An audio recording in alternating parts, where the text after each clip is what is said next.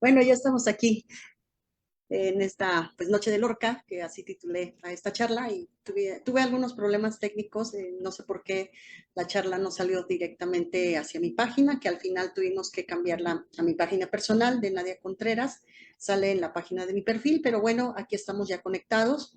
Y pues el día de hoy vamos a hablar de uno de mis autores favoritos, uno de los autores que más me apasiona hablar, y obviamente pues esta charla tiene dedicatoria especial para nuestro queridísimo Gilberto Prado Galán, quien realmente era un admirador, conocedor de la obra de Federico García Lorca y pues con quien tuve la oportunidad de tomar diversos talleres sobre Lorca y pues ahora lo celebro el hecho de estar aquí y pues también celebro la vida y la obra de Gilberto Prado Galán. Y para empezar, me gustaría retomar un poema de su antología. Bueno, yo tengo su antología poética, libro de poemas, que fue el primer libro que publicó en 1921 como para abrir boca. Y posteriormente, pues vamos a pasar pues ya algunas líneas que traigo para reflexionar en esta noche, ¿sí? Entonces, voy a hacer esto para atrás para que no interponga, porque es con la que me voy a apoyar.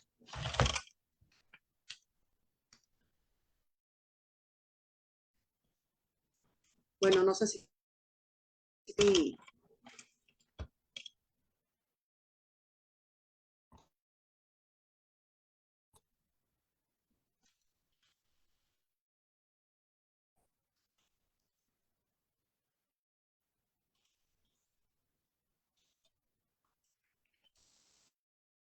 una barbaridad,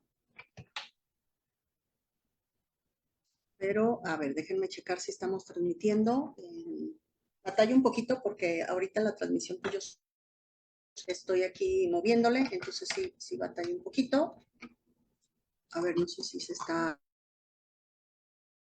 bueno, ya ustedes me dirán. Esta charla pues es también para que ustedes compartan también lo que ustedes consideran hacia Lorca, algunos comentarios, pueden ser que ustedes tengan pues mayor referencia de Federico García Lorca y pues me puedan apoyar con esto que les comentaba que vamos a trabajar.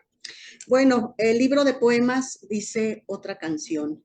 Este lo escribió, perdón, en 1919, otoño. El sueño se deshizo para siempre. En la tarde lluviosa, mi corazón aprende la tragedia otoñal que los árboles eh, llueven. Y en la dulce tristeza del paisaje que muere, mis voces se quebraron. El sueño se deshizo para siempre, Dios mío. Va cayendo la nieve en el campo desierto de mi vida y teme la ilusión que va lejos de helarse o de perderse. ¿Cómo me dice el agua que el sueño se deshizo para siempre? El sueño es infinito, la niebla lo sostiene y la niebla es tan solo cansancio de la nieve. Mi ritmo va cantando que el sueño se deshizo para siempre y en la tarde brumosa mi corazón aprende la tragedia otoñal que los árboles llueven. Muy bien, pues este poema pues nos va a servir como preámbulo a lo que vamos a comentar el día de hoy. Gracias por acompañarme, perdón por los pequeños tropiezos de esta transmisión, pero pues aunque uno prepare el tema con tiempo, siempre hay detalles que pues salen a última hora, pero aquí estamos ya presentes. Bueno, hablar de Federico García Lorca, pues yo creo que es pues acercarnos a una de las voces más importantes de la literatura española, que por cierto también recuerdo aquí al arquitecto Antonio Méndez Vigatá, porque pues él también sabe mucho de la generación del 27, yo creo que él pudiera dar perfectamente esta charla ilustrándonos más ampliamente, entonces también pues aquí evoco el conocimiento, la persona del arquitecto Antonio Méndez Vigatá. Y bueno, acercarnos pues todavía digo, acercarnos también a un poeta que todavía nos mueve, nos inquieta y nos deslumbra. Hay autores que pertenecen a una época y pues realmente Lorca, pues por su sensibilidad, pues sí que se pertenece a todas las épocas que han sucedido, sigue viva su poesía y pues eso es muy interesante. Para comprender, no sé, yo siempre he pensado en que comprender a Lorca es sencillo, pero también nos lleva por muchos espacios muy interesantes, por muchos conceptos muy interesantes. Eh, Valen las preguntas, ¿no? ¿Qué buscaba, por ejemplo, Lorca cuando escribía? ¿Qué veía en el mundo que lo rodeaba? ¿Por qué sus poemas continúan hablándonos con toda intensidad? Cabe decir, bueno, que Federico García Lorca nació un 4 de junio, una fecha muy importante, de ahí que estamos haciendo este homenaje en Fuente Ovejuna, Granada, en 1898. Y Lorca, pues, fue un creador totalmente versátil, no solo escribió poesía, cultivó el teatro, la prosa, la música, la pintura. Dirigió incluso una compañía teatral que era La Barraca y pues una de las cosas que destacan de este periodo pues es su acercamiento al teatro clásico español y que lo lleva a numerosos pueblos. Estuvo en Granada, posteriormente se fue a Madrid y es muy marcada la época en la que convive en la residencia de estudiantes porque en Madrid propiamente, porque ahí conoce a Salvador Dalí, conoce a Luis Buñuel y bueno, tanto, aunque Madrid es un lugar importante en su obra, pues Granada siempre estuvo presente en su imaginación, en su poesía, ¿no? Otra de las cosas que cabe la pena destacar es que Federico García Lorca mostró una especial fascinación por la música. Antes de pensar seriamente en convertirse en escritor, consideró la posibilidad de dedicarse profesionalmente a la música.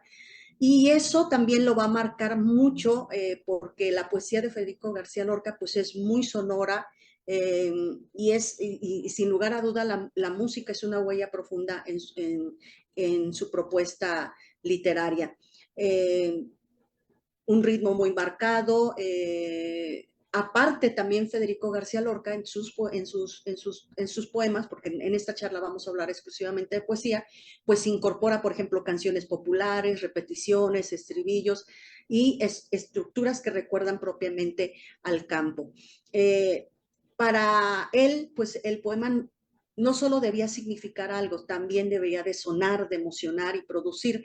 Él se iba mucho hacia los aspectos sensoriales y eso era su apuesta.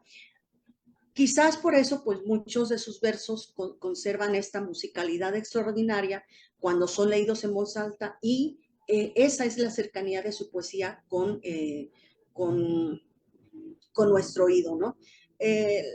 Ustedes saben que también la obra, digo, la vida y obra de Federico García Lorca, pues estuvo marcada por los acontecimientos históricos de su tiempo.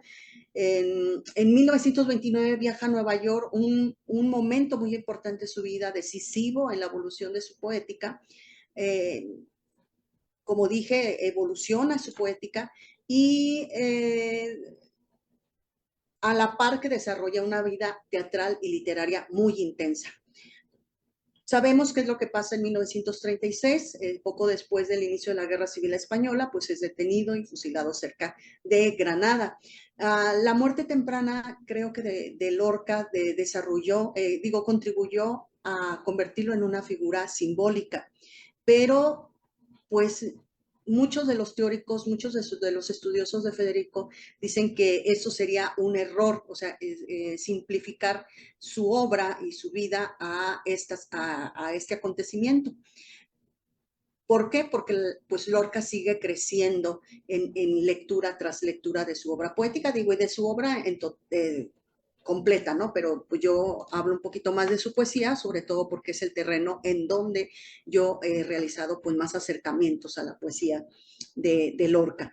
Generación del 27, pues es una generación muy interesante reúne escritores que comparten inquietudes artísticas y hay una cosa, ¿no? Este grupo va a compartir también la admiración por la tradición de la literatura española.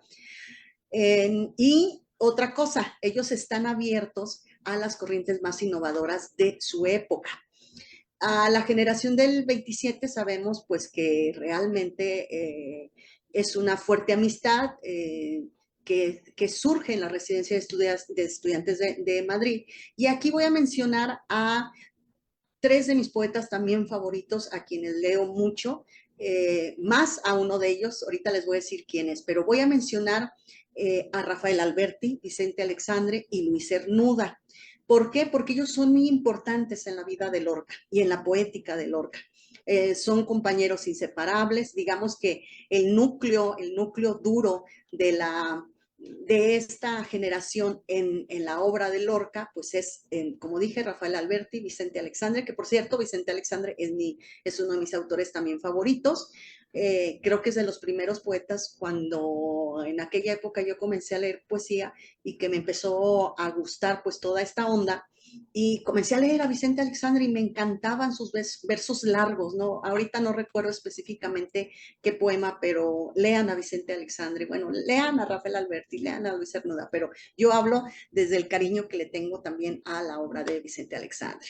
Y hay otros escritores también que pasan a esta lista de los teóricos y críticos del grupo, que es Damaso Alonso, por ejemplo, Jorge Guillén, también lean a Jorge Guillén de esta generación, Pedro Salinas, por supuesto, ¿no? Y dentro de las vanguardias en esta residencia de estudiantes, pues Federico se encuentra, como lo dije hace un momento, con Salvador Dalí, Luis Buñuel y Pablo Neruda, ¿no? Mantuvo Pablo Neruda mantuvo un fuerte vínculo de fraternidad con Lorca. Hay algo que hay que mencionar de esta generación del 27, que esta generación pues sobre todo admiraba a autores clásicos como Garcilaso, Fray Luis de León, admiraban mucho la obra de Quevedo o Góngora, pero como dije, se interesaban por las vanguardias, el surrealismo. Hay quien dice que Federico García Lorca fue surrealista, pero yo tengo todavía mis reservas de que sea surrealista y lo voy a explicar más adelante. Y es una generación, la generación del 27 es una generación extraordinaria. En verdad, su enfoque de la tradición y a la vez mirar hacia la vanguardia, bueno, pues abre muchas posibilidades, ¿no? Unir tradición con vanguardia o con renovación es sin lugar a dudas un ingrediente importante. No se trataba de rechazar el pasado, eso sí es importante decirlo, sino tratar de integrarlo. Es la manera en como yo buscaba. Hay algo en la obra de Federico García Lorca que creo yo que es muy de esta generación, que tiene que ver con el hecho de no repetirse. O sea, son poetas que aún teniendo una propuesta sólida buscan no repetirse, no, al contrario, buscan nuevas formas de escribir sin romper completamente con la tradición literaria, con esa herencia que en algún momento recibieron. Y bueno, la generación del 27 pues es una generación que realmente es muy fértil para la cultura española, no solamente para la literatura, tenemos pintura, tenemos música, tenemos pensamiento, entonces vale la pena yo creo que darle una repasada a esta generación. Pero bueno, vamos a ver, me voy a ir involucrando un poquito más con el sentido trágico de la poesía de Lorca y con su universo simbólico, que eso, preguntando en algún momento con mis amigas y amigos, les digo, bueno, ¿de qué quieren que hable de Federico García Lorca? Perdón, deje acomodarme de otra manera, ya me entendí. Decía, no, pues es que estaría padre que abordaras el universo simbólico y eso es muy interesante, pero bueno, vamos con calma. Bueno, vamos, ay, es que son muchos temas por dónde empezar, pero creo que la obra de Lorca pues no es en sí pesimista, ¿no? O sea, no es un simple pesimismo el de sus versos. Sí, en sus versos pues hay dolor, pero también hay belleza, nos encontramos también con que hay muerte, pero a la vez hay una celebración de la vida, hay oscuridad, pero también la obra de Lorca tiene la capacidad de asombrarnos, ¿no? Eso pudiera ser de momento lo que puedo pensar. Pero vamos a los símbolos, ¿no? La luna. La luna es Gilberto Prueba Galán sabía muchísimas cosas de este elemento de la obra de Lorca, pero la luna pues suele remitir en su obra a la muerte, a la tragedia, especialmente cuando aparece vinculada con filos, con cuchillos, con navajas, etcétera. Otro elemento importante dentro de su poesía es el agua, bueno, ustedes saben que el agua significa nacimiento, purificación, representa vida, pero también en la obra lorquiana, pues representa, cuando se refieren sus versos a un agua estancada, pues es de alguna manera acercarse a la muerte, ¿no? Uno de los símbolos, bueno, tenemos otros símbolos que es el caballo, por ejemplo, que es el toro, también por ahí tiene un poema maravilloso escrito a un torero que ahorita se me va el nombre, hace ratito me acordé, dije, tiene un poema así, pero ahorita, o a ver si alguien del público me acuerda quién era este personaje. Pero uno de los símbolos más famosos de la poesía de Lorca, pues es el color verde. Y bueno, si uno analiza, el verde se acerca o se asocia con la frustración, con la tragedia, con la muerte. Hay otro elemento que a mí siempre me ha llamado la atención y que tiene que ver con la fragua. Algo del contexto de Federico García Lorca, es decir, el taller del herrero, y menciona explícitamente el fuelle de esta fragua como una metáfora del poder creador y de la palabra, ¿no? El fuelle, digamos, es una herramienta que da vida al fuego, y en este caso el fuego para Lorca, pues es palabra. Entonces, la fragua está muy presente en su obra, por ahí hay un poema muy conocido que inicia con esta expresión.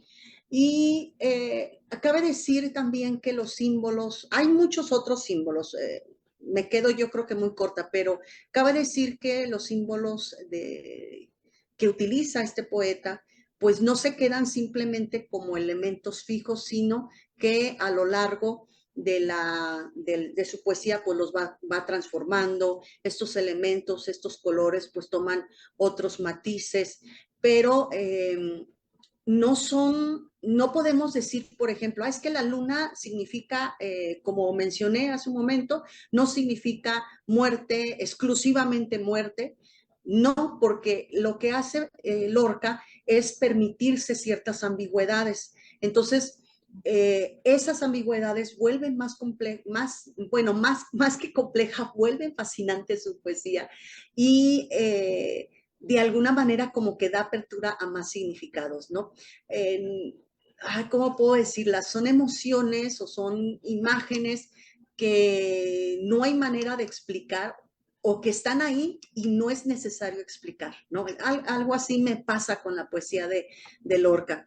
Si queremos explicarla racionalmente, pues yo creo que no se puede, no sé, al 100%, digamos, ¿no? Porque, pues, ¿quién puede explicar racionalmente, por ejemplo, el miedo, ¿no? ¿Quién puede explicar racionalmente el deseo o la muerte? Entonces, son imágenes, la de Lorca, capaz de despertar experiencias, pero en la imaginación del lector, sin necesidad de una explicación, sin la necesidad de un concepto. Si lo hay, es un concepto, como dije, muy ambiguo.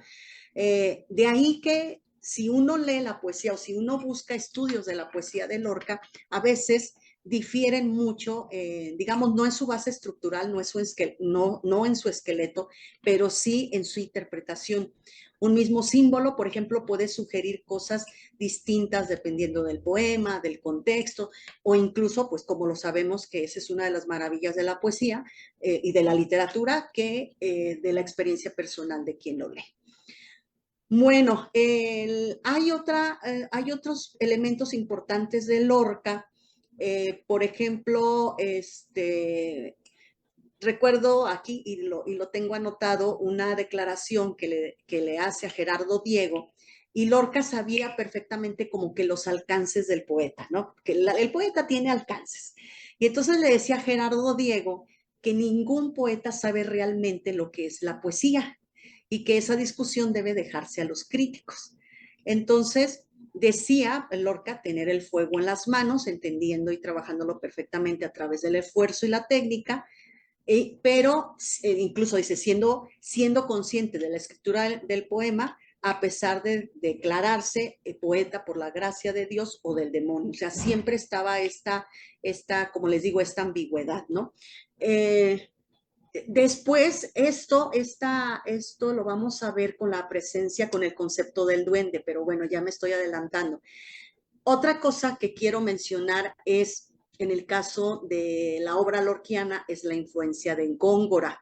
Eh, Él, cuando lee a Góngora, descubre que hay un método que él puede aplicar a su propia producción. Construir poemas líricos dándoles unidad a través de un hilo de narración, un hilo narrativo apenas visible. Es decir, el Lorca les imprime a sus poemas una especie de espinazo, vamos a decirlo así, o columna vertebral, perdón, pero yo le diría espinazo, me suena más así, ay, del cual se derivan imágenes vestidas pues de metáfora, esta simbología que le carga el lenguaje, pero digamos que eso es algo que toma de Góngora, ¿no? Darle a los poemas una unidad narrativa, no evidente al 100%, sino, ¿cómo le da? Simulada, pero que ahí uno si lee los poemas vamos a encontrar pues de alguna manera ese espinazo.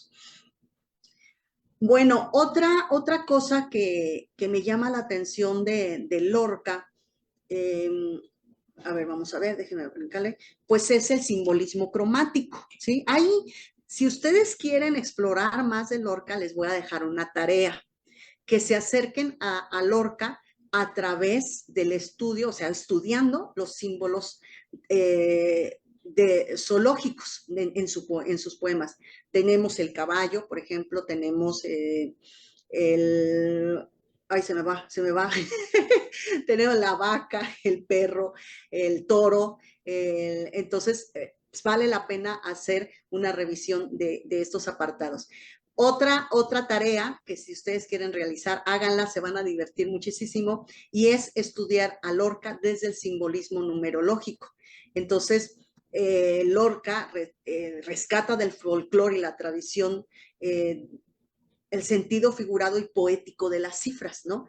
Entonces, por ejemplo, vale la pena ver qué opina o qué nos dice la poesía en torno a estos números, por ejemplo, en torno al 2, al 3, al 4, al 5, en fin, ¿no? A mí sí me interesa este aspecto de la poesía, pero por mi cercanía con la poesía visual y porque pues, realmente a mí me interesa mucho el color, aunque no lo vea bien, pues yo me enfoqué o me he enfocado más a lo que viene siendo el simbolismo cromático, ¿no? Los colores de Lorca definitivamente son sugestivos, expresan su mundo interior, la simbología que le va a dar, tanto positivo como negativo, en fin, usa adjetivos de manera inusual. Vamos a ver algunos de estos colores. El blanco, por ejemplo.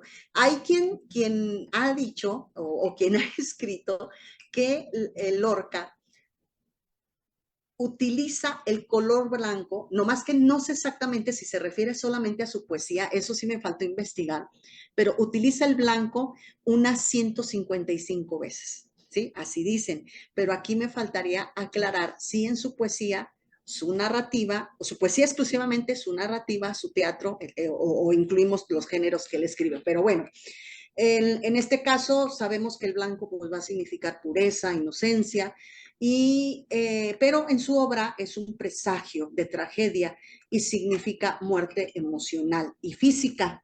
El verde, ya yo creo que van a recordar este poema de Romance Sonámbulo, verde que te quiero verde, ¿no? Es el segundo lugar en frecuencia y el verde pues va a simbolizar para Lorca juventud, fertilidad, deseo, sexual, erótico. y bueno, y finalmente también va a representar la muerte.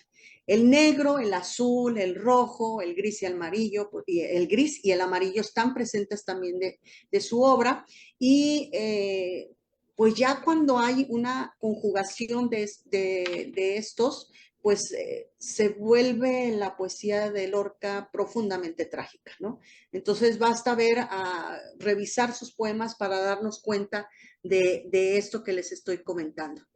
Y otra tarea que les voy a dejar, que revisen a Lorca desde el simbolismo botánico, en sus libros, ¿no? O sea, y aquí sí me estoy refiriendo a su poesía, cómo evoluciona el simbolismo botánico de Federico García Lorca en sus poemas. Por ejemplo, desde el libro de poemas, pasando por Cante Hondo, romancero gitano, poeta en Nueva York, Diván de Tamarit, por ejemplo, en fin. Sí les dejo esa tarea, digo, porque es enorme la información que podemos encontrar, las interpretaciones que podemos dar.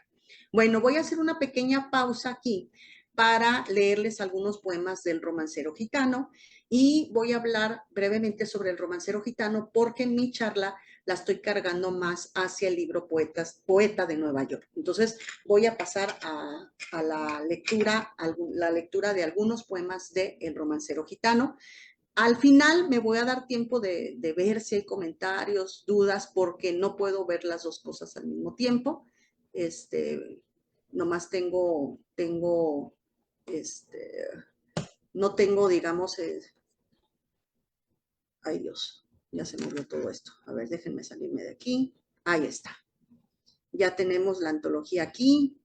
Bueno, dije romancero gitano. Lean El Cante Hondo, este libro publicado en 1921. Leanlo, se los dejo ahí de tarea también. Ya llevan mucha tarea, ¿no? Lean Canciones de 1921 a 1924. Eh, También acérquense a la primera poesía de Lorca. Romance de la Luna Luna, y está dedicado a Conchita García Lorca. Ahí está el poema que yo les decía. La luna vino a la fragua con su polizón de nardos. El niño la mira, mira, el niño la está mirando. En el aire conmovido mueve la luna sus brazos y enseña, lúbrica y pura, sus senos de duro estaño. Huye luna, luna, luna. Si vinieran los gitanos, harían con tu corazón collares y anillos blancos. Niño, déjame que baile. Cuando vengan los gitanos te encontrarán sobre el yunque con los ojillos cerrados. Huye luna, luna, luna, que ya siento sus caballos. Niño, déjame, no pises mi blancor almidonado. El jinete se acerca tocando el tambor del llanto. Dentro de la fragua el niño tiene los ojos cerrados. Por el olivar venían bronce y sueño los gitanos, las cabezas levantadas y los ojos entornados. ¿Cómo canta la sumaya? Ay, cómo canta en el árbol. Por el cielo va la luna con un niño de la mano. Dentro de la fragua lloran, dando grito los gitanos. El aire la vela, vela, el aire la está velando. Bueno, ahí está el primer poema de Lorca. Voy a checar brevemente que estemos bien transmitiendo porque no tengo la imagen aquí precisa, pero bueno, vamos a ver. Me voy a cambiar de página. Bueno, vamos a leer Preciosa y el aire. Es un poema magnífico dedicado a Dámaso Alonso. Su luna de pergamino, preciosa tocando viene por un anfibio sendero de cristales y laureles. El silencio sin estrellas, huyendo del sonsonete, cae donde el mar bate y canta su noche llena de peces. En los picos de la sierra los carabineros duermen, guardando las blancas torres donde viven los ingleses. Y los gitanos del agua levantan por distraerse glorietas de caracolas y ramas de pino verde, perdón. Su luna de pergamino preciosa tocando viene. Al verla se ha levantado el viento que nunca duerme. San Cristóbal desnudo, lleno de lenguas celestes, mira a la niña tocando una dulce gaita ausente. Niña, deja que levante tu vestido para verte.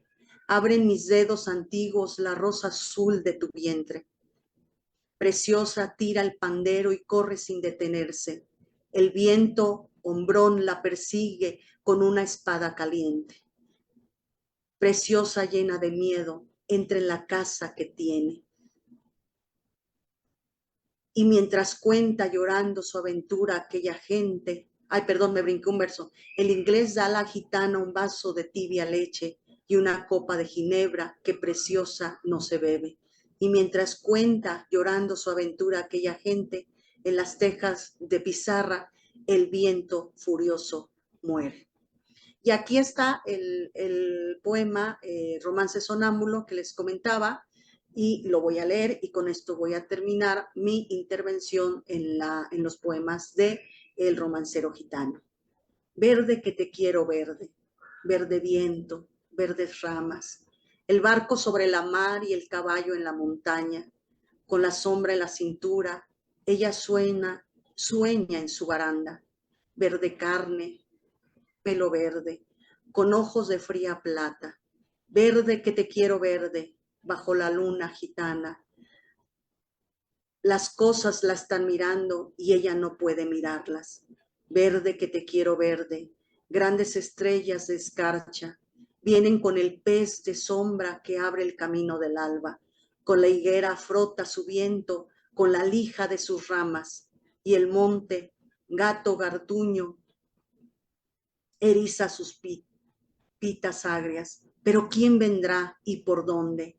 Ella sigue en su baranda, verde carne, perlo verde, soñando con la mar amarga. Compadre, quiero cambiar mi caballo por su casa, mi montura por su espejo, mi cuchillo por su manta.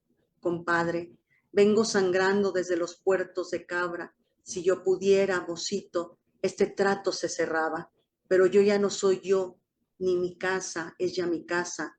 Compadre, quiero morir. Ay, perdón, se cerró esto.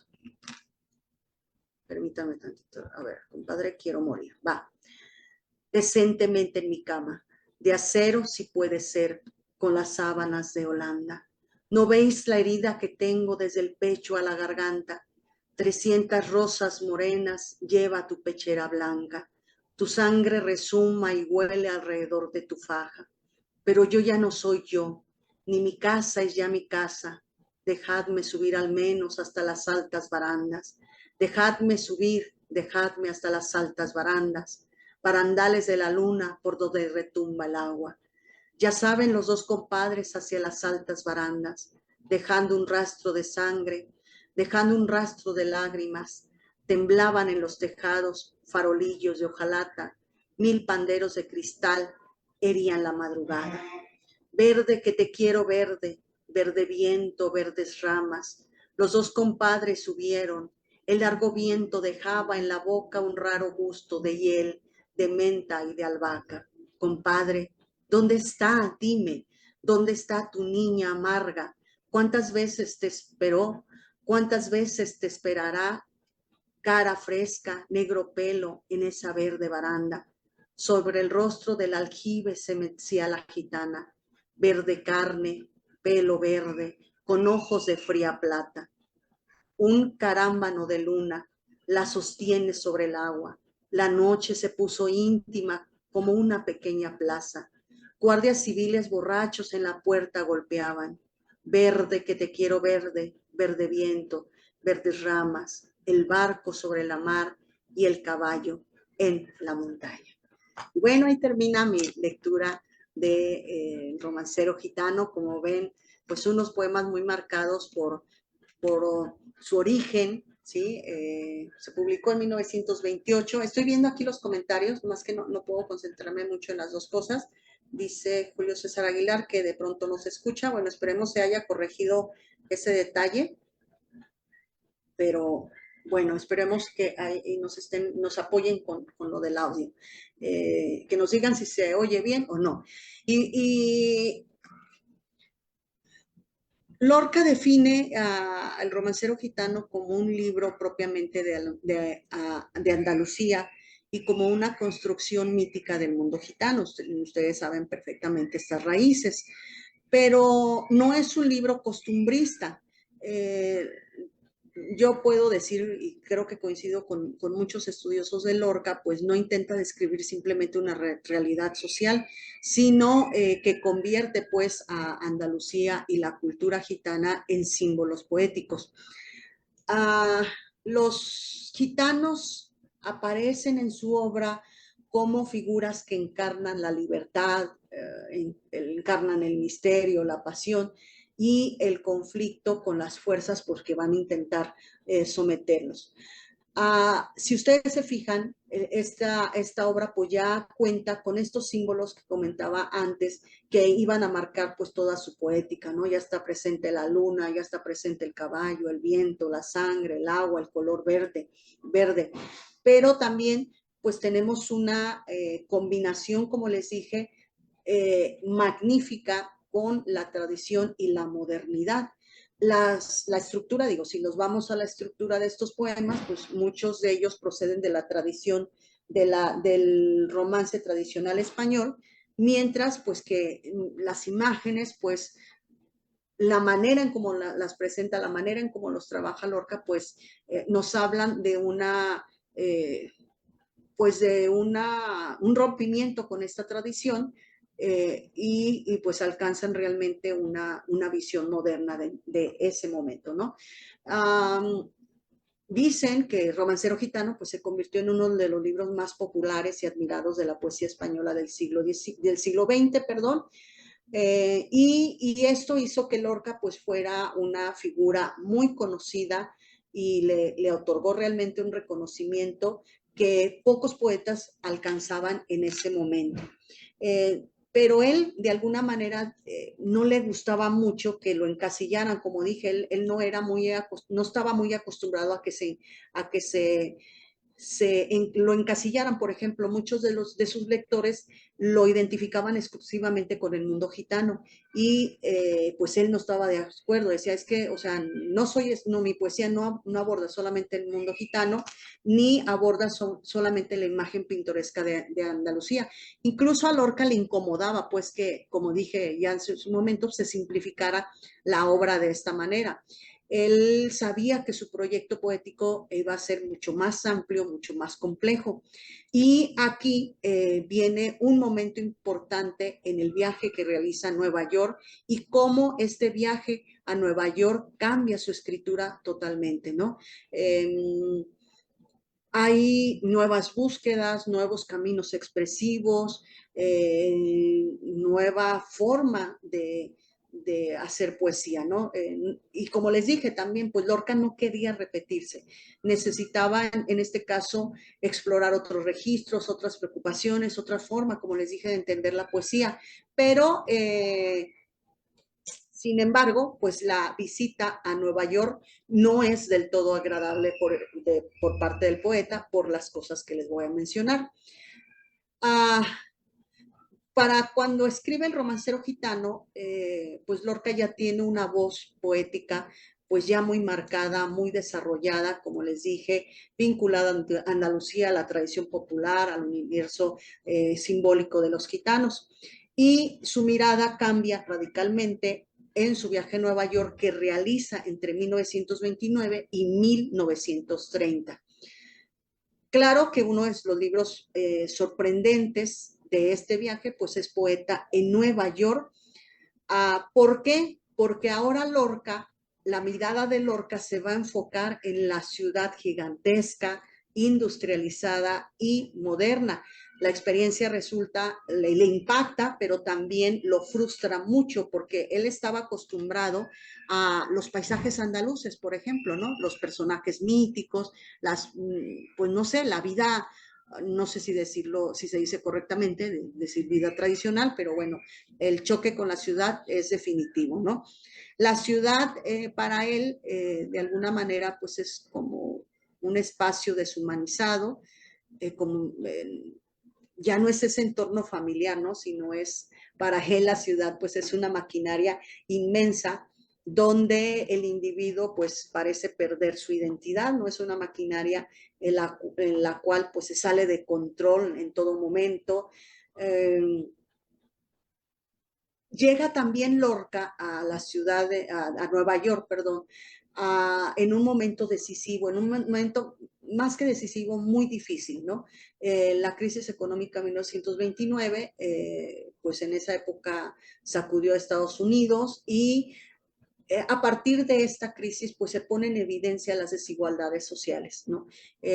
Pese a que hablamos sobre todo de Nueva York, que se supone que se considera pues una ciudad poderosa,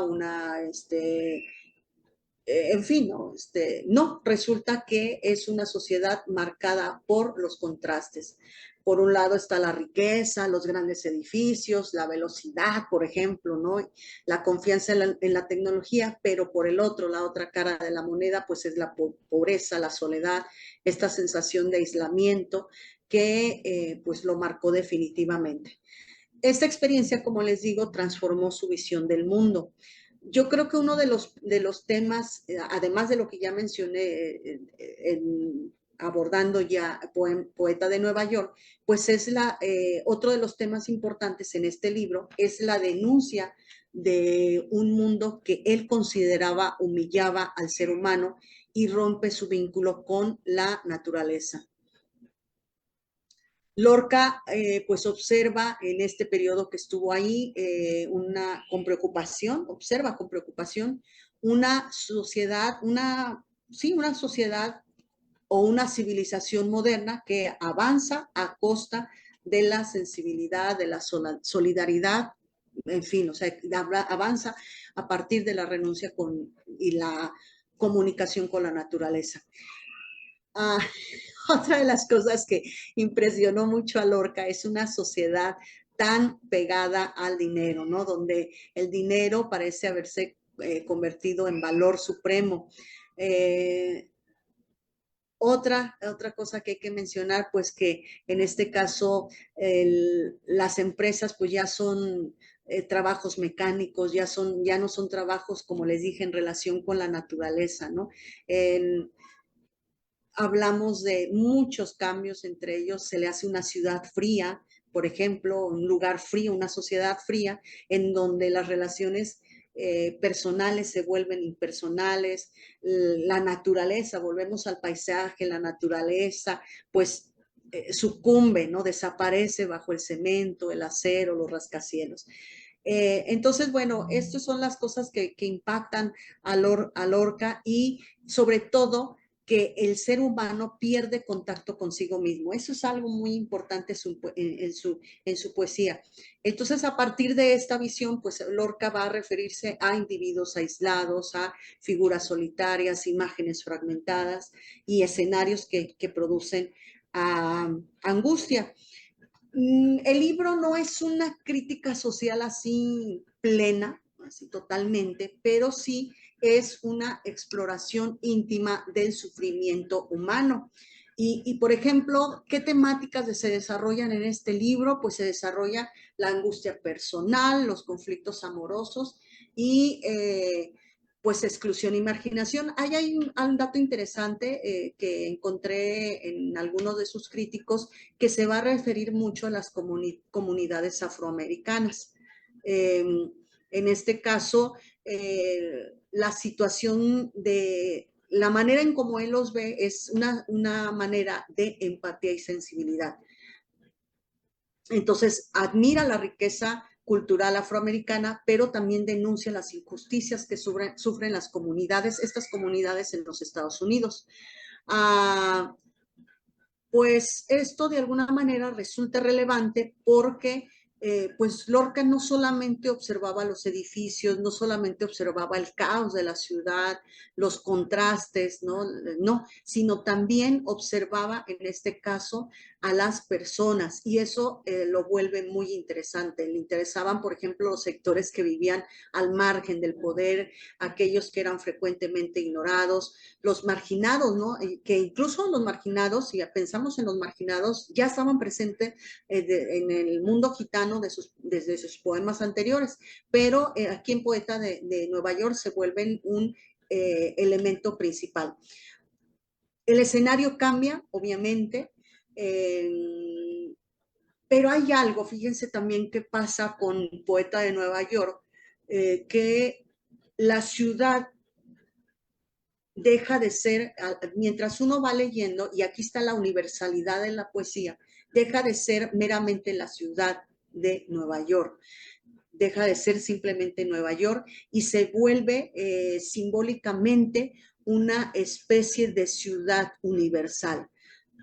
¿Por qué? Porque si nosotros leemos a profundidad este libro de poemas, nos vamos a dar cuenta que no solamente está representando una ciudad como Nueva York, tan vasta en sus edificios, en estos contrastes, en este acero, concreto, construcciones, sino que realmente Lorca está abordando cualquier gran urbe moderna capaz de asfixiar a las personas y alejarlas de sí mismo, ¿no? Y aquí podemos pensar en muchísimas ciudades tan monstruosas como esta, pero esto es una de las cosas que sí vale la pena destacar. Si decimos que Poeta de Nueva York es exclusivamente ese lugar, estamos equivocados. No estamos leyendo cuando leemos Poeta de Nueva York, no leemos solamente un libro sobre esa ciudad en concreto, estamos leyendo un libro que va más allá, ¿no? Que va más allá incluso de estas ciudades urbanizadas, va más allá de la modernidad, más allá de la soledad, más allá incluso de las críticas al progreso, ¿no? Realmente es fabuloso el libro de Poeta de Nueva York. Voy a leer algunos poemas para que se den una idea. También ya tengo ya una selección aquí de poemas. No sé si haya dudas, preguntas. Perdón ahí porque a veces me trabo, pero estoy prácticamente improvisando mucho de lo que estoy compartiendo. Vamos a ver, vamos a ver. A ver, vamos a ver qué poemas leo. Ahí ya los tenía seleccionados, pero no.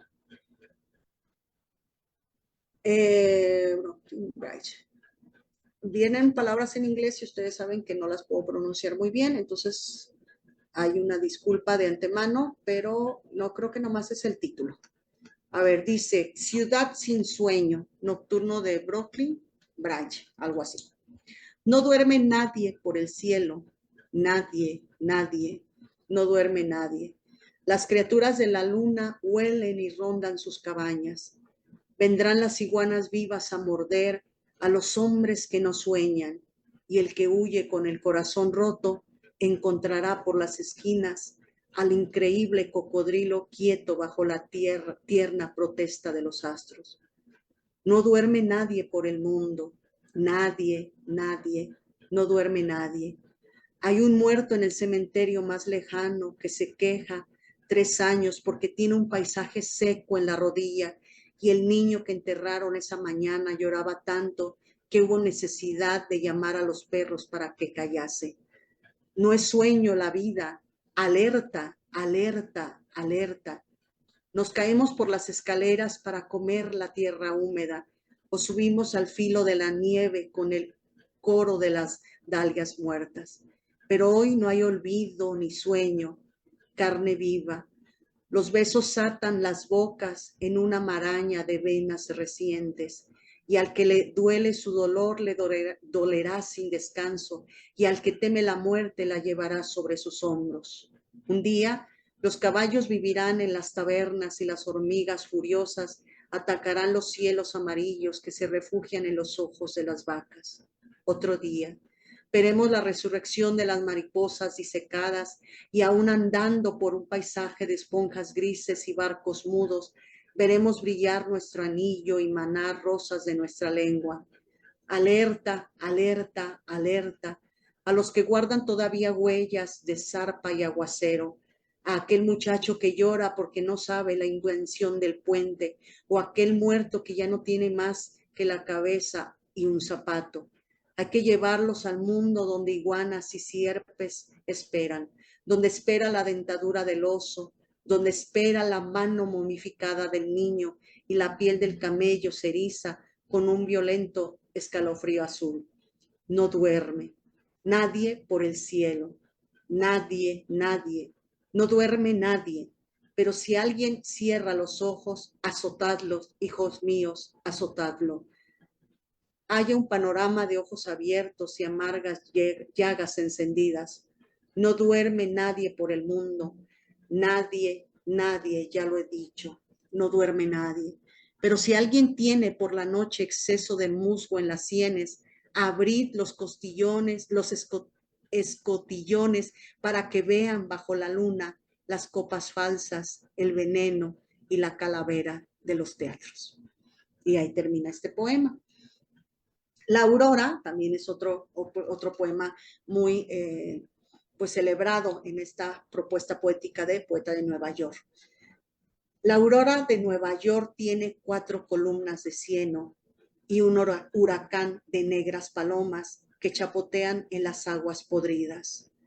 La Aurora de Nueva York gime por las inmensas escaleras, buscando entre las aristas nardos de angustia dibujada.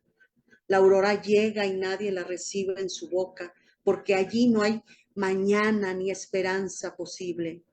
A veces las monedas en enjambres furiosos taladran y devoran abandonados niños.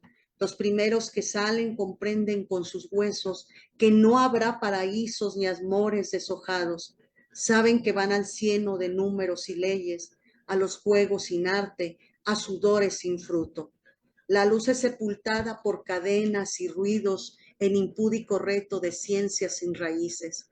Por los barrios hay gente que vacilan insomnes como recién salidas de un naufragio de sangre. Y ahí termina el poema. Si ustedes se fijan, vean cómo cambia, digamos, el tono, cómo va a cambiar las imágenes, las metáforas. Hay una transformación contundente en este poemario. Como les dije, aquí Lorca es patente que abandona las estructuras tradicionales que había utilizado y se va al terreno del verso libre, las imágenes, pues que aquí es donde viene esta polémica de si era surrealista o no surrealista, imágenes surrealistas, pero pues también esto refleja, ya llegando a Poeta de Nueva York, refleja también la transformación interior del poeta, ¿no? El lenguaje tradicional, no sé, creo que llega el momento en que Lorca considera que ya no es suficiente para expresar la complejidad del mundo moderno, por lo tanto tiene que abrirse a nuevas formas. Lorca está ante una sociedad, una realidad fragmentada, convulsa, y en este caso el lenguaje de Lorca también se vuelve igualmente intenso. Vemos, por ejemplo, cómo varía, en algún momento que parece así como una especie de letanía, pero va también cómo va variando el ritmo del verso, hay contrastes, hay rupturas, hay imágenes inesperadas. Por ejemplo, a mí me llama mucho la atención que en el primer poema que leí escriba alerta, alerta, alerta, ¿no? 3 veces, que de entrada pues también a nosotros como lectores ya nos llama la atención y dices, ¿qué pasa, no? ¿Qué sucede?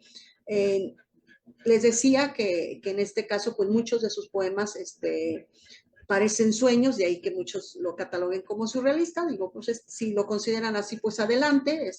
Yo tengo mis reservas porque el surreal, o sea, Lorca no se interesó solamente en los sueños, o sea, no se interesó en estos mecanismos, también se interesó, por ejemplo, en las pesadillas, por ejemplo, en la evolución de las ciudades, en esta cosa que yo les decía del progreso, ¿no? De cómo el progreso tiene consecuencias o cómo el progreso pues va a mover a las personas, ¿no? Y las coloca en otro escenario, ¿no? Más de la prisa, más del valor monetario, más de la sobrevivencia. Entonces, aquí en este caso, pues habla él de consecuencias humanas, de vivir en estas urbes, ¿no?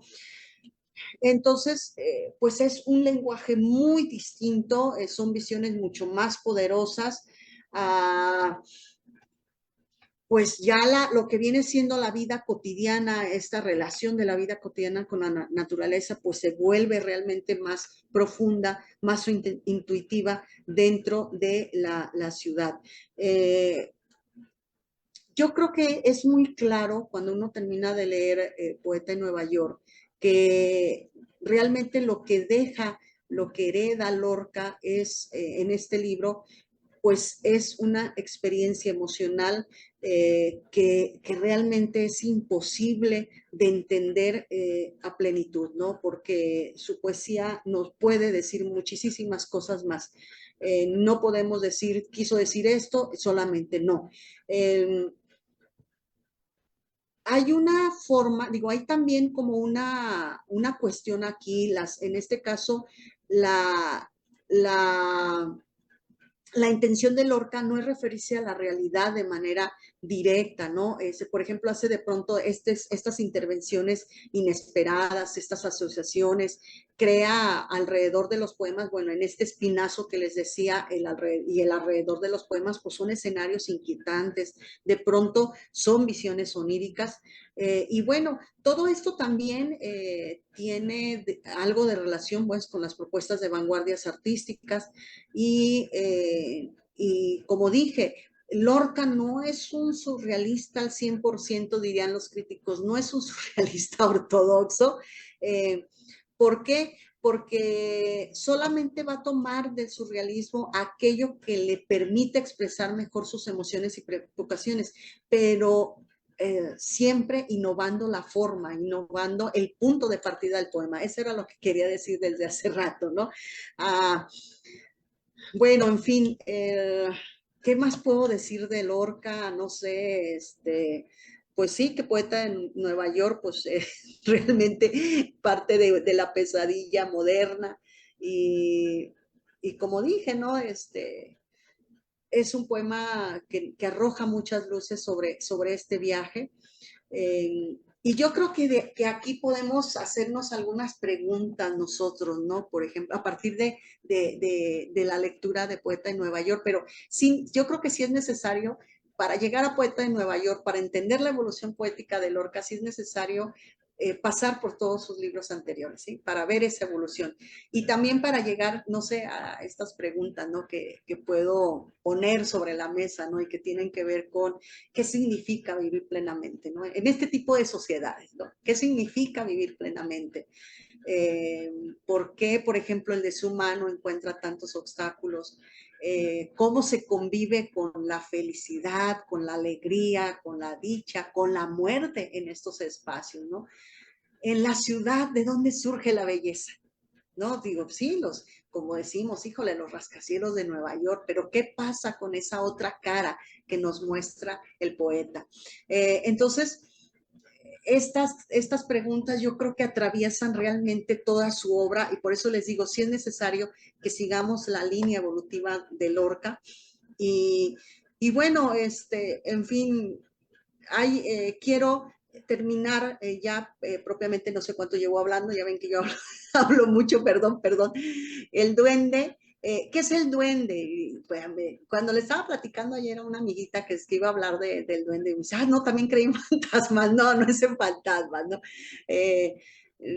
No es nada, no son fantasmas, no es una técnica, no es una forma de escribir poemas, no son reglas, es más bien una fuerza creadora, es una energía profunda que aparece en momentos artísticos y que él lo identifica de esa forma, ¿sí? Yo creo que es uno de sus conceptos más importantes del pensamiento lorquiano. Es una presencia que conmueve, hiere y sacude al espectador.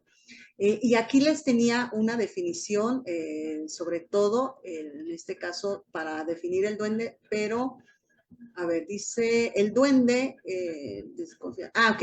En este caso, Lorca, aquí se los explico, es que lo anoté porque sí, sí, luego se me van las cabras al monte. El duende, en este caso, es esa fuerza misteriosa, ¿no? Que transforma una ejecución correcta en una experiencia inolvidable. Y aquí está la clave. Dice, un poema puede estar perfectamente construido y sin embargo resultar frío. Otro puede contener imperfecciones, pero transmitir una intensidad emocional capaz de permanecer durante años en la memoria de los lectores. Entonces, en este caso, el duende es esa fuerza misteriosa que transforma los poemas en algo capaz de permanecer durante años en la memoria de sus lectores. Por eso, Lorca desconfiaba de las fórmulas poéticas que él decía, no es que son fórmulas vacías. El arte verdadero, según Lorca, no se puede reducir a reglas. La técnica, resumiendo aquí, es importante. El conocimiento es importante, el oficio es importante, pero ninguna de esas cosas garantiza la emoción del poema. Bueno, realmente traía en este caso más temas relacionados con la muerte, pero ya estoy viendo que estoy arribando ya a la hora. La transmisión empezó un poquito antes, cuando me di cuenta de ahí un problema técnico que se iba a presentar, pero bueno, ya estamos arribando a la hora. Ustedes saben que en 1933, pues, de forma abrupta, es arrebatada la vida de Federico García Lorca. Bueno, también es confuso todo, hay muchas versiones. Lorca decide refugiarse en Granada tras amenazas de que lo tildaban de peligroso y buscando pues escapar de las fuerzas franquistas, se esconde en la casa de un amigo, Luis Rosales, donde finalmente es apresado. Y pues ahí, como les digo, a partir de esa muerte, pues la muerte de él se cubre con, este acontecimiento se cubre con un velo muy espeso, ¿no? Las versiones oficiales que hablan de criminales actuando por cuenta propia, teorías de fusilamiento, crímenes gitanos o celos pasionales. Nadie, en realidad, según estos estudios, sabe qué sucedió. En fin, H.G. Wells decía, y aquí anoté la frase, ignoro lugar, hallase don Federico García Lorca, ¿no? Y bueno, el misterio de su muerte nos seguirá intrigando, pero el misterio de su lenguaje poético pues estará presente siempre. Ya dijimos por qué. Ahí está el nombre del torero, Sánchez Mejía, ¿sí? Concluimos la charla, yo concluyo la charla recordando las palabras gérmenes que él mismo dedicó al torero Sánchez Mejía, era el nombre que se me había olvidado, y que hoy en este homenaje, en este pequeño homenaje que celebramos, humilde, y yo sé que pues les comparto más mi emoción, más algunas de las cosas que yo he explorado de su poesía, más que un conocimiento eminentemente académico, retórico, pues va muy marcado por mis inquietudes, por mis búsquedas, sí, ¿no? Entonces, dice, tardará mucho tiempo en nacer si es que nace, un andaluz tan claro, tan rico en aventura. Yo canto su elegancia con palabras que gimen y recuerdo una brisa triste por los olivos. Y bueno, pues aquí con esta frase, con estos versos últimos, termino esta charla. Espero les haya gustado. Voy a tratar de compartirla de otra manera porque sí me llegaron mensajitos de que están batallando para encontrarla, pero ahorita me ocupo de ello. Muchas gracias y pues los invito a seguir explorando la obra de Lorca. Si alguien desea libros de Lorca, yo tengo algunos libros que les puedo compartir. Les mando un abrazo, nos seguimos viendo.